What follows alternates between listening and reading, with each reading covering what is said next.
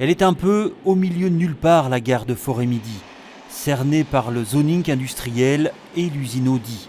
Fermée depuis des lustres, elle fait peine à voir.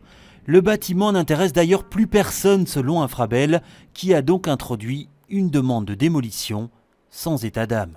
Il n'y a pas de demande à ce stade pour avoir un bâtiment de gare. Il y a des demandes pour avoir un point d'arrêt. Et donc, à ce titre, nous considérons que c'est gaspiller des deniers publics que d'aller injecter des dizaines ou des centaines de milliers d'euros pour réaffecter un bâtiment dont aujourd'hui personne ne semble vouloir. Cette gare, c'est pourtant l'une des plus anciennes de la région, construite en 1862 dans un style néoclassique, l'œuvre d'un architecte renommé. Et même si sa réaffectation n'est pas simple, les défenseurs du patrimoine plaident pour sa sauvegarde. Certes, un bâtiment peut être compliqué à réaffecter, mais d'abord, ce qui doit primer, c'est sa valeur.